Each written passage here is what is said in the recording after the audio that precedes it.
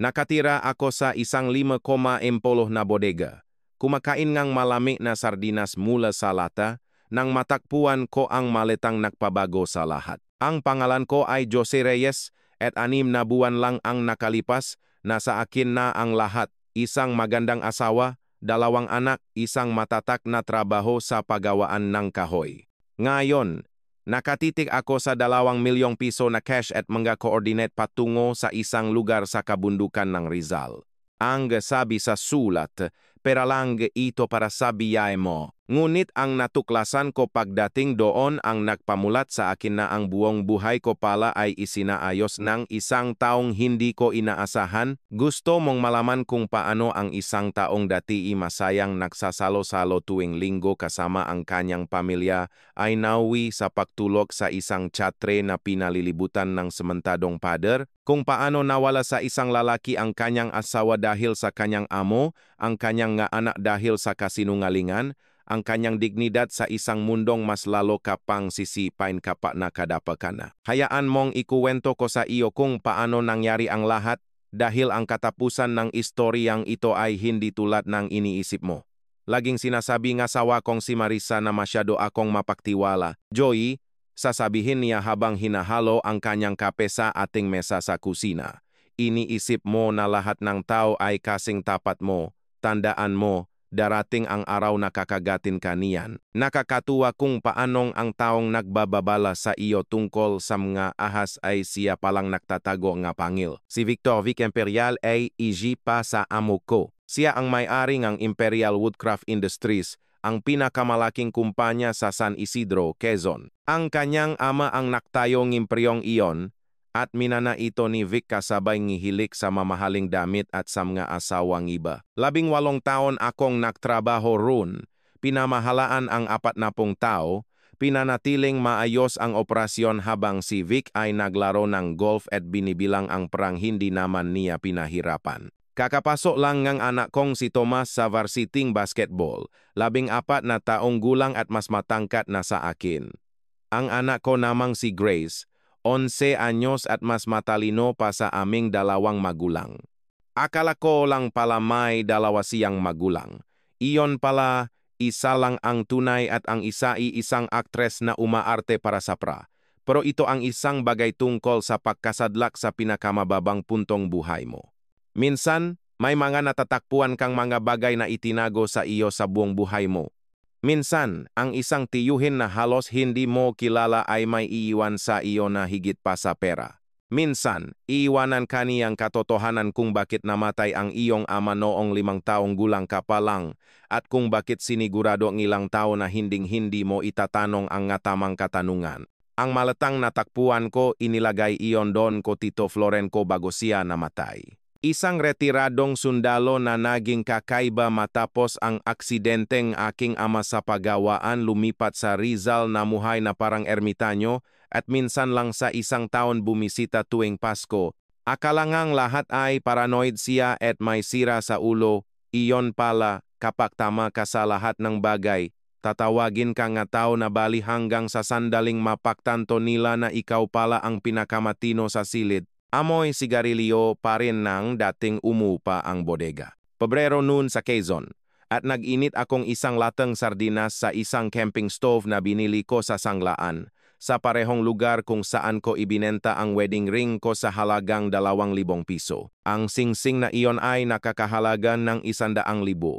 Ang kasal ay nakahalaga sa akin ng lahat. Ngunit habang hawak ko ang cash at binabasa ang sulat ni Tito Floren na hindi aksidente ang pagkamatay ng aking ama, may isang mahalagang bagay akong napaktanto. Nag-text sa akin si Marisa na mamamatay akong mahirap at mag-isa. Nakamali siya sa parteng mahirap, pati na rin sa parteng mag-isa kapag nalaman ng anak ko ang katotohanan. Ngunit sa parteng mamamatay, namatay na nga ang dating Jose, ang mapagtiwalang hangal na naniwala sa pag-ibig at katapatan at sa pagsusumikap para sa isang marangal na pamumuhay.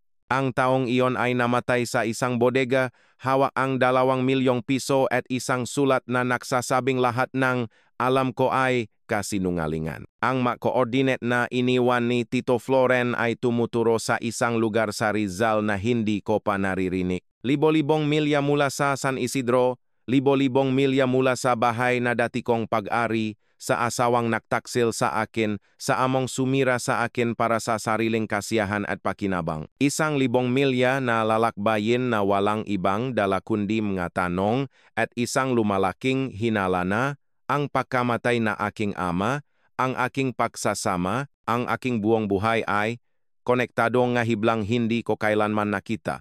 Ako si Jose Reyes, 42 taong gulang. 6 na buwan ang nakalipas.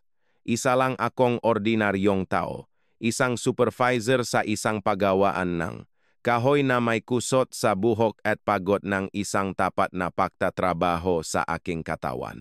Ngayon, ikukuwento ko sa inyo kung paano ko natuklasan na ang aking tiyuhin ay gumugol ng 40 taon sa pagkolekta ng ebidensya ng pagpatay, na ang aking asawa ay sadyang inilagay sa buhay ko bilang bahagingang isang panloloko na nagsimula bago pa man ako ipanganak, at ang taong kumuha ngang lahat mula sa akin ay anak ngang taong pumatay sa aking ama. Hindi ito kuwento ngang pahihiganti. Ito ay kuwento tungkol sa katotohanan.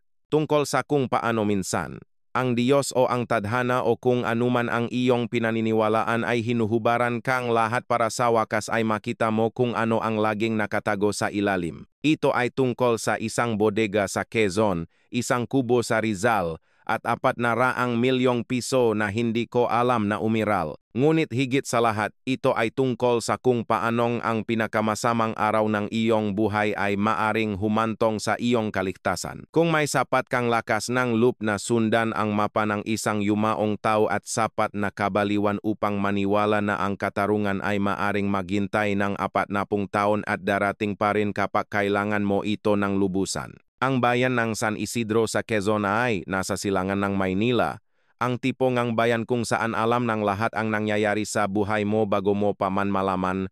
Ang populasyon ay 12,000. Itinayo ito sa paligid ng Imperial Woodcraft Industries na parang katawan sa paligid ng isang gulugod. Ang 7 ng pabrika ay tumutunong ngang alas 7 ng umaga, tanghali at alas 5 ngang hapon. Puwede mong iset ang iyong relo dito.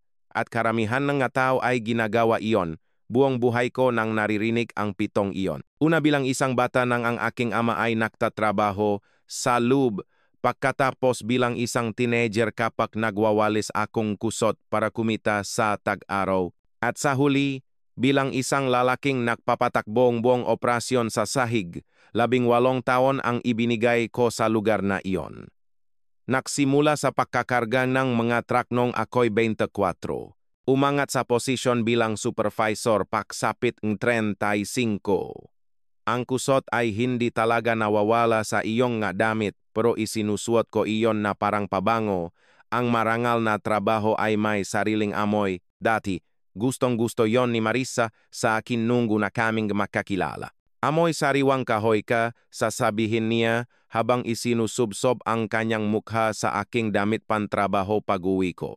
Nung high school pa iyon, nung siya pa si Marisa Driscoll, ang pinakasikat na babae sa eskwelahan na may buho na kulay ginto at mga matang makapagpapalimot sa iyo nga sarili mong pangalan. Ako lang si Joey, ang batang nagtatrabaho tuwing weekend sa pabrika at nagmamaneho ngang isang lumang kotse na kailangan ng bagong tambutso. Nagpakasal kami agad pagkatapos ang graduation. Akala nga magulang niya ay nagtitiis lang siya, ngunit sinabi ni Marisa na mahal niya ako. Sinabi niyang gusto niyang simpleng buhay, nais bumuong isang bagay na toto kasama ang isang taong nakakalam kung ano ang ibig sabihin ng tunay na pagtatrabaho. Ang reception ng aming kasal ay ginanap sa barangay hall. Nagbigay ngang kakaibang talumpati ang Tito Floren ko tungkol sa pag-ingat sa mga lobo na nakadamit tupa. Lahat ay nerbiyosong tumawa at isinisi ito sa kanyang mga araw sa serbisyo. Ngayon ay intindihan ko na. Sinusubukan na niya akong bigyan ng babala nun pa man. Ang bahay namin sa Maple Street ay hindi kalakihan, ngunit ginawa naming amin. 3 silid tulugan, isang banyo, isang kusina na kailangan ng i-update mula pa noong 1982. Pininturahan ng dating may-ari ang bawat kuwarto ng bege, at ginugol namin ang aming unang taon ng pagiging mag-asawa sa muling pagpipinta ng lahat. Pinili ni Marisa ang dilaw para sa kusina. Sabi niya ay sasaluhin nito ang sikat ng araw sa umaga. Tama siya. Tuwing umaga, umiinom akong kape sa dilaw na kusinang iyon, pinapanot ang liwanag na nagpapakinang sa kanyang buhok habang inihahanda niya ang baon ni Tomas para sa eskwela. Dumating si Tomas 2 taon pagkatapos naming ikasal. Ipinanganak sa gitna ng isang bagyo, lumaban siya sa paglabas sa mundo na parang may hinahabol na siyang mahalagang bagay. Dumating si Grace 3 taon pagkatapos, payapa na parang umagang linggo. Naalala ko pa noong unang beses kong binuhat ang bawat isa sa kanila, iniisip na wala pa akong naramdamang kasing perpekto noon. Nakuha ni Tomas ang katigasan ng ulo ko at ang galing sa sports ni Marisa. Nakuha ni Grace ang ganda ni Marisa at ang hilig kong makumpuningang magay. Upo siya sa garahe habang nagayos akong kotse, inaabutan akong nga gamit, nagtatanong ng 1,000,000 katanungan tungkol sa kung paano gumagana ang mga makina. Ang pabrika ay nagbibigay ng magandang insurance, regular na sahod, sapat para sa 2 linggong bakasyon tuwing tag-araw. Nagmamaneho kami papuntang Batangas, inupahan ang parehong cottage bawat taon. Si Tomas ay gagawa nga sandcastle habang si Grace ay nangongolekta nga kabib. Si Marisa naman ay magbabasa ng romance novel sa ilalim ng payong habang tinuturuan ko ang mga bata kung paano mag-body surf. Mga simpleng kaligayahan para sa mga simpleng tao, o iyon ang akala ko. Minana ni Vic Imperial ang pabrika nang mamatay ang kanyang ama 10 taon na ang nakalipas. Ang matandang Imperial ay mahigpit ngunit patas. Si Vic ay hindi alinman sa dalawa. Pumapasok siya marahil 2 beses sa isang linggo, karaniwang amoy alak at mamahaling pabango. Hinahayaan niya akong humawak sa aktwal na pagpapatakbo nga bagay habang kinukuha niya ang kredito para sa mga kitang hindi niya pinahirapan. Mayroon siyang paraan ng pagtingin sa mga babaeng empleyado na nagpapakilabot sa aking balat. Dapat pala ay binigyan kong pansin nung sinimulan niyang tingnan si Marisa sa ganong paraan tuwing may company picnic. Nakatira ang Tito Floren ko 3 oras sa Hilaga sa isang kubo na siya mismo ang naktayo pagkatapos bumalik mula sa serbisyo sa Mindanao. Nakababatang kapatid ngang aking ama, ngunit pinatanda siyang digmaan kaya't siya na ang mukhang mas matanda. Dumarating siya tuwing Pasko na may dalang mga conspiracy theory at babala tungkol sa pagtitiwala sa maling mga tao. Pinatay nila ang tatay mo, Joey. Sasabihin niya pagkatapos ng ilang serbesa. Pinalabas nilang aksidente, pero alam ko ang totu. Papatahimikin siya ng aking ina, ilihis ang usapan. Matapos mamatay ang aking ina nung ako'y 20 anyos, lalong naging kakaiba si Tito Floren, mas mapag-isa. Ang huling beses na nakita ko siyang buhay ay nung Pasko 1 taon na ang nakalipas. Mukha siyang may sakit, payat at may alam, hinila niya ako sa isang tabi at inabutan ng isang susi. Para sa oras na kailanganin mo ito ng lubos, sabi niya. Hindi na siya nakpaliwanag pa. Ang mga babala tungkol kay Marisa ay naksimula sa maliliit na bagay. Mga bagong damit na mas mahal kaysa sa aming budget. Mga reklamo tungkol sa bahay na masyadong maliit, ang bakasyon na masyadong nakakabagot, ang aking sahot na masyadong maliit. Sabi ni Vic may pagkakataon para sa promotion, kaswal niyang binanggit sa hapunan. Siguro dapat subukan mong mas magpakitang gilas sa kanya. Akala ko sinusubukan niyang tumulong. Ngayon alam ko na, inihahanda niya ang entablado para sa isang bagay na matagal nang binalak bago pa man siya mag-cheer sa mga laro ko sa high school. Nagsimula ang Huwebes na iyon ng Marso tulad ng anumang ordinaryong araw hanggang sa mapansin ng aking foreman na si Pet na pinapapawisan ako sa aking damit. Boss, mukha kang pagod na pagod, sabi niya. Umuwi ka na bago mo pa mahawaan ang buong crew. Bihira akong umabsen dahil sa sakit, ngunit umiikot ang paningin ko at parang nakalunok ako nga asido. Sumakay ako sa aking truck tanghali, hindi na nananghalian, gusto ko lang humiga sa kama. Ang biyahe pauwi ay tumagal ng 12 minuto. Naalala ko dahil binibilang ko iyon, pinipigilan na huminto sa tabi at sumuka. Pagliko ko sa Maple Street nakita ko ang Mercedes ni Vic na nakaparada sa aking driveway. Iyong silver na S-Class na mas mahal pa sa kinikita ko sa loob ngang 2 taon, nakaparada ng buong yabang sa tabing Honda ni Marisa. Ang unang naisip ko ay baka may nangyari sa pabrika. Baka may aksidente at si Vic mismo ang nagpunta para sabihin kay Marisa. Nagpark ako sa kalye at naglakad patungo sa sarili kong pinto. Nakalok ito, nakakaiba. Hindi namin ito nilalok tuwing umaga sa San Isidro. Kinapa ko ang aking nga susi at doon ko narinig ang tawa ni Marisa na namumula sa itaas. Hindi ang kanyang magalang na tawa o ang kanyang tawa habang nanonood ng TV. Ang tawa na akala ko ay para sa akin lang. Nakatayo ako sa sarili kong pasilyo, nakikinig sa aking asawa at sa aking amo sa aking silid tulugan. Ang matalinong gawin sana ay umalis pag-isipan ito, kumuha muna ang abogado. Ngunit nawala ang talino. Inayat ko ang mga hagdan na inayat ko ng 10,000 beses. Nilagpasan ang mga school picture ni na Thomas at Grace. Nilagpasan ang aming wedding picture sa pader. Bahagyang nakabukas ang pinto ngang silid tulugan.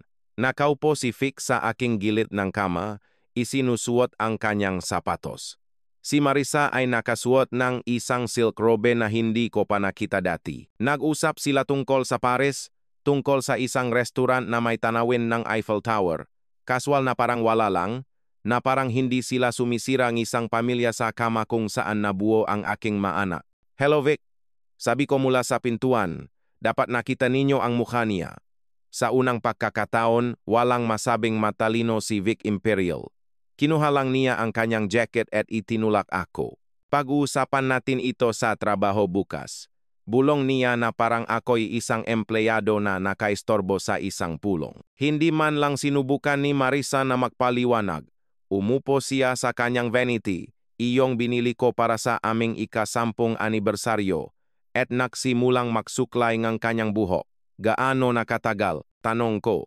"Mahalaga pa ba iyon?"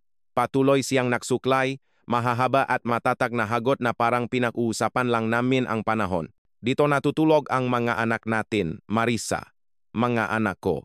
Lumingon siya nun, at ang kanyang mukha ay kasing lami ngang Enero. "Mga anak mo, akala mo ba gustong maging katulad mo ni Thomas?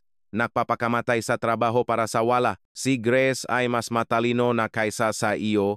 Karapat-dapat sila sa mas maganda kaysa dito." Ikinumpas niya ang kanyang kamay sa paligid ng aming silid tulugan na parang ito'y isang selda ngang bilangguan. "Mas maganda tulad ni Vic? Dadalhin ako ni Vic sa Europa sa susunod na buwan. Bibilhan niya ako ngang tsondo sa siyudad. Ipapakita niya sa akin kung ano talaga ang buhay sa halip na ito." Tumayo siya, hinikpitan ang silk robe. "Tingnan mo ang sarili mo, Joey.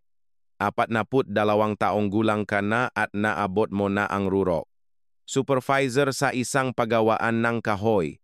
Iyan ba ang pinangarap mo noong bata ka? Iyan ba ang legacy na gusto mong iwan? Nangarap akong magkaroon ng pamilya na palakihin ang mabubuting anak kasama ang babaeng mahal ko." Tumawa siya, ngunit walang kagalakan dito. "Ang babaeng minahal mo ay hindi kailanman umiral.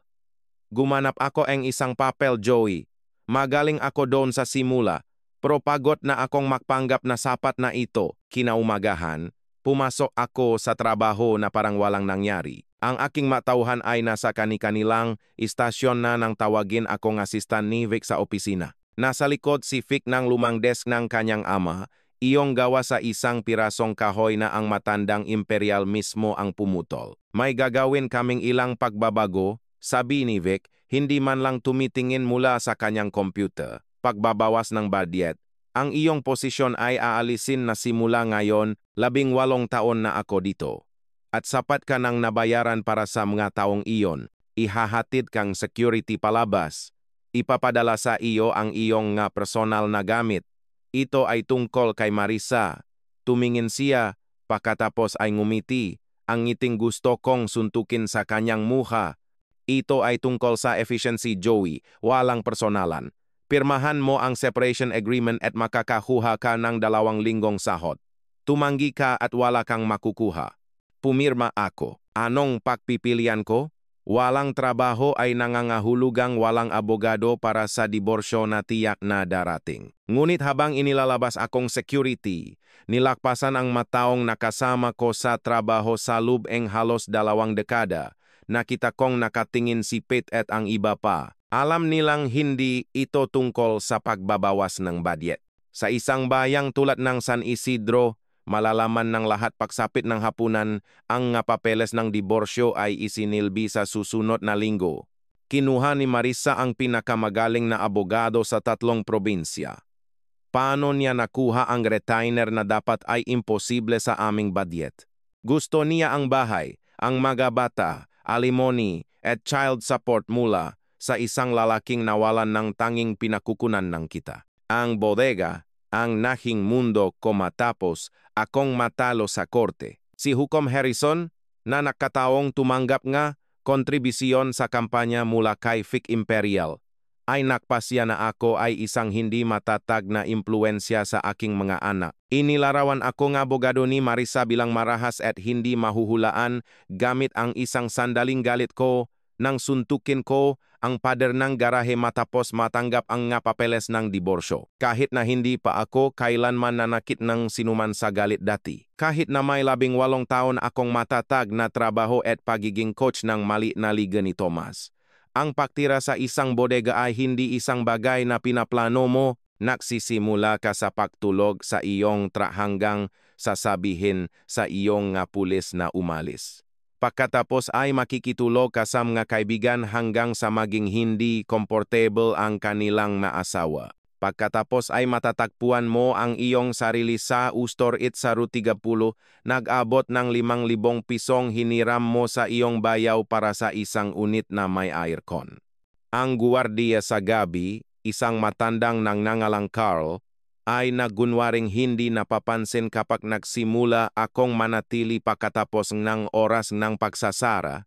Inayos ko ang aking ilang magamit na parang muebles, ang tsatre sa isang pader, ang lumang tool chest ng aking ama bilang mesa, isang debateryang ilawan para sa liwanag. Itinago ko ang aking madamit sa plastik na kahon, naliligo sa Planet Fitness sa kalsada sa halagang 500 piso kada buwan. Natututo kang gumawa ng mainit na pagkain sa isang camping stove, maghugas ng pinggan sa isang timba, mamuhay ng napakatahimik na walang nakakaalam na naroron ka. 3 linggo ko na sa konkretong kahon na iyon nang magpasya akong ayusin ang mga kahon na itinapon ni Marisa nung diborsyo.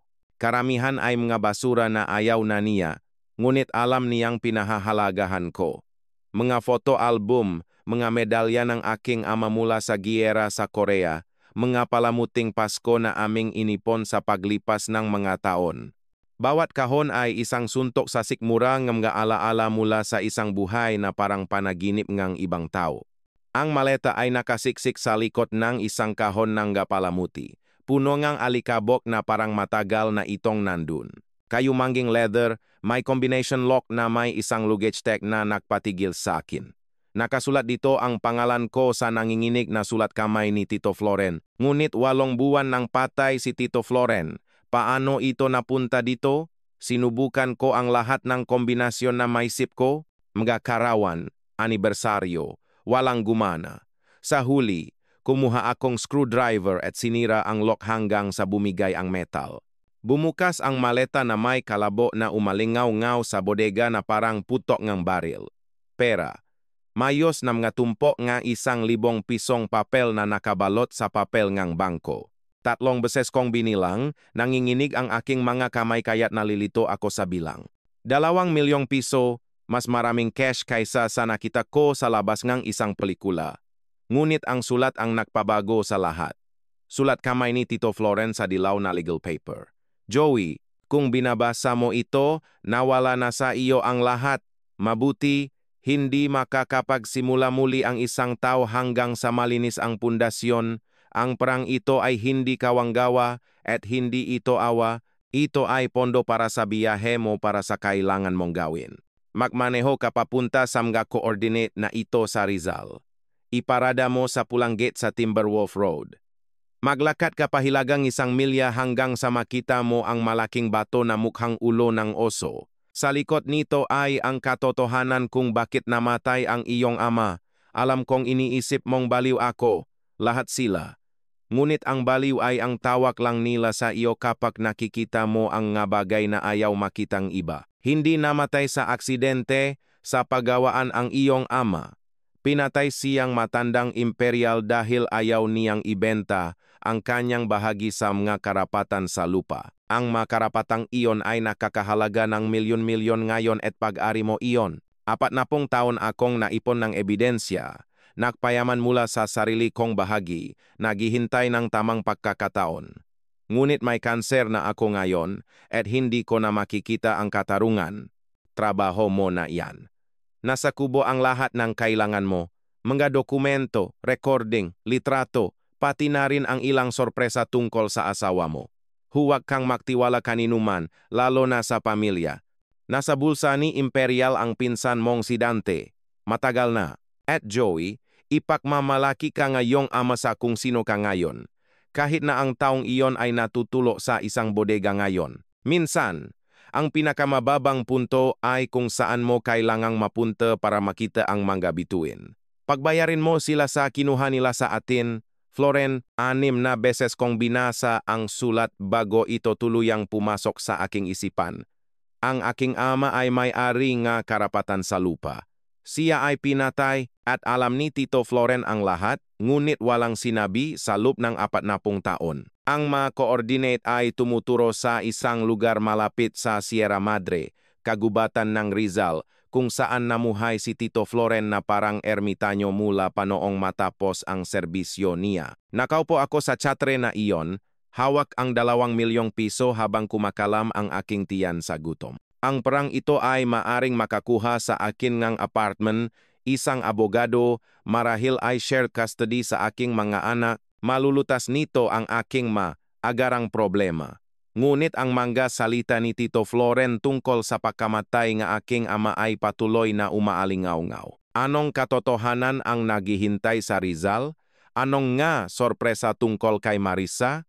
Ang desisyon ay hindi talaga isang desisyon. Kinaumagahan, bumili akong isang segundamanong Ford F-150 sa halagang 500,000 cash mula sa isang dealer na hindi naktatanong. Nilagyan ko ito ngamit pang-camping, mga supply, at sapat na pagkain para sa isang linggong biyahe. Wala akong sinabihan kung saan ako pupunta. Sino ang sasabihan ko? Bawal kausapin ako nga anak ko. Pumili ng pani ang aking makaibigan sa diborsyo at wala ako sa nanalong koponan. Bago umalis ng Quezon, dumaan ako sa bahay sa Maple Street sa huling pagkakataon. Nasa driveway ang bisikleta ni Thomas. May bagong kurtina ang bintana ngang silit ni Grace, lila sa halip na rosas na pinili niya kasama ko. Wala ang kotse ni Marissa, marahil ay nasa tsondo ni Vic sa siyudad. Ang buhay na ito na binuo ko ay nagpapatuloy ng wala ako, na parang hindi ako umiral. Ang biyahe papuntang Rizal ay tumagal ngang 3 araw ngang walang tigil na pagmamaneho, humihinto lamang para sa gasolina at ilang oras na pagtulog sa mga rest stop. Dinala ako nga coordinate sa kailaliman ng kabundukan kung saan ang mga kalsada ay mula sa sementado patungong graba hanggang sa halos daanan na lamang ng USA. Ang Timberwolf Road ay minarkahan ng isang kalawangin na karatula na may mga butas ng bala. Ang uri ng lugar kung saan sumusuko na ang GPS at sinasabi sa iyong mag-isa ka na. Ang pulang gate na binanggit ni Tito Floren ay mas kalawang kaysa pula, na may mabigat na kadena at isang kandado na bumuka sa susing ibinigay niya sa akin nung nakaraang Pasko. Sa kabila nito, tuluyan nang nawala ang kalsada. Ipinarkada ko ang truck at nagsimulang maglakad pahilaga gamit ang compass app sa aking telepono hanggang sa mawalan na rin iyon ng signal. Napakakapal ng gubat kaya't halos hindi na umabot sa lupa ang sikat ng araw. Bawat tunog ay nagpapatalon sa akin. Inisip kong may mga uso o lobo na nagmamasid mula sa mga anino. Ang malaking bato na hugis ulong oso ay nasa isang maliit na paligid, eksaktong 1 milya mula sa gate, ayon sa aking pagbibilang ng mga hakbang. Napakalaki nito, marahil ay 15 talampakan ang taas, at mula sa tamang anggulo, mukha nga itong isang grizzly bear. Sa likod nito, nakatago sa makapal na mga halaman, ay isang landas na patungo pang 100 yarda sa isang kubo na hindi dapat umiral. Hindi ito isang sira-sirang kubong ermitanyo. Ito ay isang modernong istruktura na may solar panel, satellite dish, kahit isang generator na tahimik na umugong sa likod ng isang shed. Ang pinto ay gawa sa bakal, bumubuka sa isa pang susi mula sa singsing ni Tito Floren. Ang loop ay parang pinaksamang tirahan at silit ng ebidensya ng isang detective. Ang isang pader ay puno ng mga litrato, dokumento, at mga clipping ng diaryo mula panong 40 taon na ang nakalipas. Ang isa naman ay may mga filing cabinet, bawat drawer ay may ngat na may label.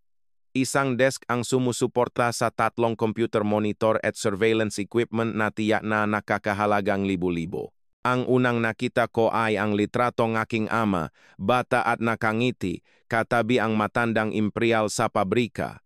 May hawak silang mga papel, nakakamayan. Ang caption, isinulat ni Tito Floren, kasunduan sa pagiging kasosyo, 1976. Sina tatay at imperial bilang makapantay na kasosyo. Ikinuwento ng mga dokumento ang istorya ng paunti-unti. Ang aking ama, si Danilo Reyes, ay hindi lamang nagtrabaho sa pabrika.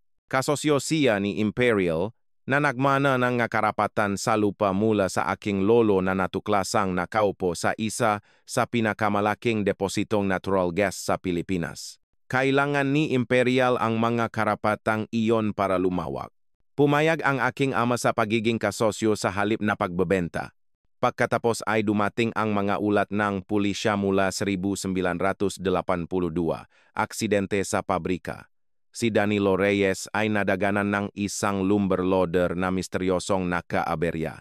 Ang investigasyon ay mabilisan. Ang kaso ay isinara sa loop ng 1 linggo, ngunit nahanap ni Tito Floren ang katotohanan. Matalaan ng maintenance na nagpapakitang ang loader ay naserbisyuhan 1 araw bago. Isang insurance policy na kinuha ni Imperial para sa aking ama ilang buwan lamang bago. Isang saksi na ngayon ay patay na nakakita kay Imperial na nakikipagtalo sa aking ama tungkol sa tuluyang pagbebenta. Ngunit hindi iyon ang pinakamalaking sorpresa. Sa isang folder na may markang MR ay may malitrato na nagpatigil ng aking dugo.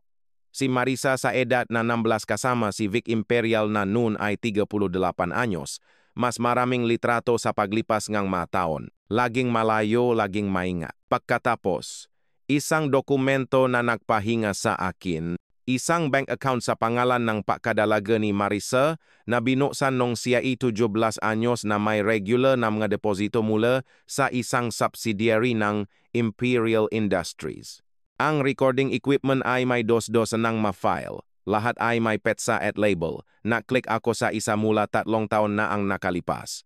Boses ni Tito Floren, matanda ngunit malinaw, sinusundan si MR sa pulong kasama si VC sa Riverside Motel. Tapos boses ni Marisa, hindi may pagkakaila. Naghihinala na siya. Gaano pa katagal ako kailangang mapanggap na may bahay? Sumagot si Vic, hanggang sa ma-provoke natin siya sa isang bagay na magagamit natin sa korte. Kailangan nating sirain ang kanyang kredibilidad, hindi lang hiwalayan. Isa pang recording mula nung nakaraang taon lang. Si Marisa ulit, 16 na taon na akong kasal sa kanya, Vic. Nakaroon ako nga anak niya. Napanggap akong mahal ko siya ng matagal na minsan nakakalimutan kong nagpapanggap lang ako. Vic, ang mabatang iyon ang iyong insurance policy. Hindi siya lalaban ng husto kapag nasa gitna sila. At kapag sira na siya, talagang sira na, ang mga karapatan sa lupa ay mapupunta sa kanyang susunod na kamag-anak bilang kanyang nagdadalamhating biyuda o dating asawa na may buong kustodiya, kokontrolin mo iyon hanggang sa maging 18 anyos ang magabata. Umupo ako sa kubo na iyon ng maraming oras, ang nga piraso ng aking buong buhay ay muling nagsasaayos. Tulad ng isang puzzle na tinitignan kong baliktad, hindi nawala ang pagmamahal ni Marisa sa akin. Hindi niya ako kailanman minahal. Inilagay siya sa aking buhay na parang isang piyesang chess, isang 17 taong gulang na babae na hinubok ngang isang lalaking higit sa dobleng kanyang edad para sirain ako pagkalipas ng mga dekada. Ang mga dokumento sa pananalapi ay nakakagulat. Ang mga karapatan sa lupa na ayaw ibenta ng aking ama ay nakakahalaga na ngayon ng humigit kumulang na 400 milyong piso. Tahimik na kinokolekta ni Tito Floren ang nga bayad sa upa sa kanyang bahagi sa loop ng 40 taon, namumuhay na parang pulubi habang nag-ipon ng yaman. Bawat sentimo ay dokumentado. Bawat transaksyon ay legal at malinis. At ayon sa huling habilin na natakpuan ko sa desk, lahat ng sentimo ay akin na ngayon. Ngunit mas matalino si Tito Floren kaysa sa pag-imba lamang ng pera. Bumuo siyang isang legal na kaso na wawasak sa Imperial Industries.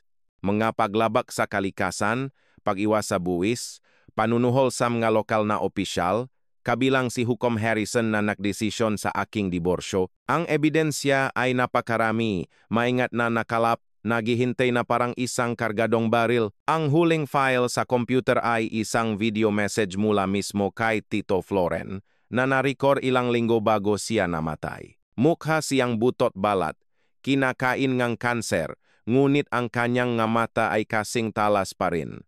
Joey, sabi niya sa kamera, paumanhin hindi ko nasabi sa iyo ng mas maaga, ngunit nakmamasit sila. Lagi silang nakmamasit. Kung nakikita mo ito, nawala na sa iyo ang lahat, na nanggangahulugang sa tingin nila ay nanalo na sila.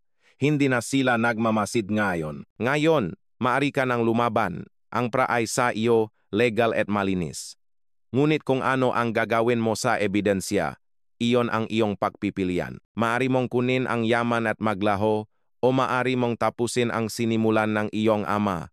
Alinman sa dalawa, talo sila. 3 araw akong nanatili sa kubo ni Tito Floren. Sinasaulo ang bawat dokumento, kinokopya ang bawat file. Inuunawa ang buong saklaw ng ginawa ng nga Imperial. Ang pagpipilian na sinabi ni Tito Floren ay hindi talaga isang pagpipilian. Ang pagtakas kasama ang pera ay mangangahulugang hahayaan silang manalo. Hahayaan na hindi maparusahan ang pagpatay sa aking ama. Hahayaan na lumaki ang aking mga anak na naniniwalang ang kanilang ama ay isang bigo na nagabandona sa kanila. Ang biyahe pabalik sa Quezon ay iba ang pakiramdam. Hindi na ako tumatakas mula sa isang bagay. Nagmamaneho ako patungo sa katarungan na may truck na punong ebidensya at isang bank account na sa wakas ay nagbigay sa akin ng kapangyarihang lumaban. Ang una kong hinto ay ang field office ng NBI sa Maynila. Pinakinggan ni Ahente Patricia Nolasco ang aking kwento na may poker face na nagpaisip sa akin na narinig na niya ang lahat ng posibleng conspiracy theory. Pagkatapos ay ipinakita ko sa kanya ang nga dokumento, nakbago ang kanyang ekspresyon. Tumawag siyang 2 pang ahente, pagkatapos ay ang kanyang supervisor. Tumagal ngang 4 na buwan ang investigasyon.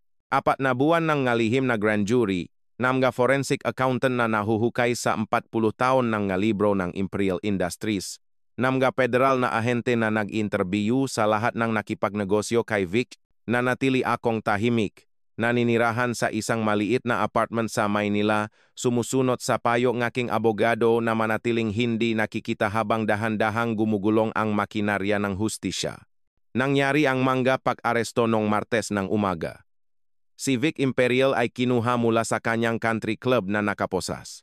3 konsehal ng lungsod, si Hukom Harrison, pati na ang hepe ng pulisya na mabilis na naksara sa ulat ng aksidente ng aking ama. Ang mga kaso ay mula sa pag-iwas sa buwis hanggang sa sabwatan at mga krimen sa kalikasan na gagastusan ng milyon-milyon sa paglilinis. Hindi maaring usigin ang pagpatay dahil matagal nang patay ang matandang Imperial, ngunit magbabayad ang kanyang anak para sa pagpapatuloy ng cover-up. Iba ang pag-aresto kay Marisa. Kinuha siya mula sa elementarya kung saan niya sinusundo si Grace. Tumawag siya sa akin mula sa kulungan, ang unang pagkakataon na nakausap kami sa loob ng ilang buwan. Paano mo nagawa ito sa iyong maanak? Sigaw niya. Makikita nilang inaaresto ang kanilang ina. Ang kanilang ina ay hindi kailanman naging totu, sabi ko sa kanya. Ikaw ay isang katang-isip, isang karakter na ginampanan ng isang babaeng hinubo ni Vic noong siya'y 16 anyos. Karapatan ng mabata na malaman kung sino talaga ang kanilang ama, hindi ang bigo na sinubukan mong ipinta sa akin. Bumaksak siya nun, Ang katotohanan sa wakas ay sumisira sa kanyang perpektong pagganap. Pinangakuan siya ngang milyon-milyon para sirain ako, para nakawin ang manangang aking mga anak, para ay pagpatuloy ang isang panloloko na nagsimula bago pa man ako ipanganak. Ang babaeng minahal ko, na akala ko ay minahal ako, ay umamin na tumatanggap siyang bayad mula pa nung high school para mapalapit sa akin, para pakasalan ako, para makaroon ng maanak sa akin. Lahat para sa huli ay manakaw ng imperial ang pinrotektahan ng aking ama hanggang kamatayan. Naging pambansang balita ang paglilitis. Dinastiyang kahoy sa maliit na bayan, bumaksak sa dekada tagal na sabuatan. Sabi nga headline. Nakakuha si Vic ng 15 taon sa federal na bilangguan, nakakuha si Marisa ng 5 taon ngunit malamang na maglilingkot ng 2. Ang ibang makasabwat ay bumaksak na parang magadomino, bawat isa ay nagunahan na makipag-areglo at tumestigo laban sa iba. Ngunit ang tunay na tagumpay ay dumating nang makuha ko ang aking mga anak. Sina Thomas at Grace ay nakatira sa ina ni Marisa nung panahon ng paglilitis. Ang unang beses na nakita ko sila matapos lumabas ang lahat, hindi makatingin sa akin si Thomas. Tumakbo si Grace sa akin na umiyak, nagtatanong kung masamang tao ba talaga si Mommy. Gumawa ng deiblang desisyon ang nanay ninyo, sabi ko sa kanila, hawa silang pareho sa sala ng aming bagong bahay, isang simpleng lugar na hindi kalayuan sa kanilang paaralan. Pero hindi ibig sabihin nun na hindi niya kayo mahal. Komplikado ang mataw. Maari silang gumawa ng masasamang bagay at may kabutihan pa rin sa kanila. Kinailangan ng panahon. Terapi para sa aming tatlo.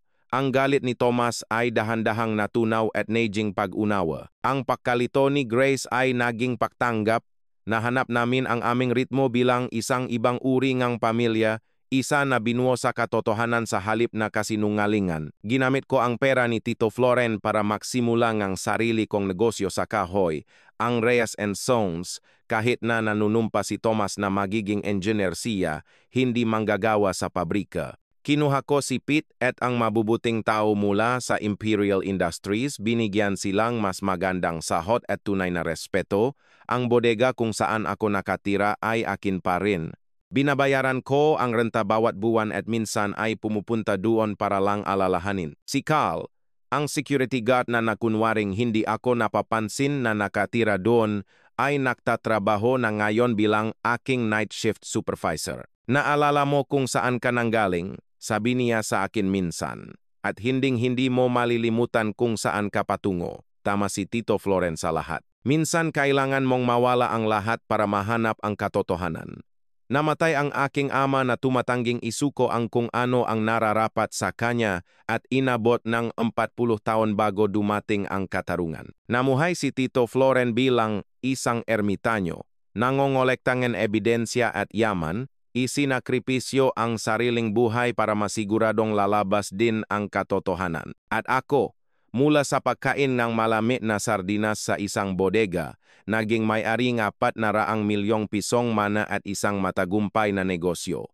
Ngunit ang tunay na yaman ay wala sa bank account. Nasa tawa ni Thomas kapag tinutulungan ko siya sa kanyang calculus homework na iginigiit niyang hindi niya kailangan ng tulong. Nasa ngiti ni Grace kapag ipinapakita niya sa akin ang kanyang science project tungkol sa sustainable forestry. Nasa kaalaman na ipagmamalaki ako ng aking ama na may kahulugan ang sakripisyo ni Tito Floren.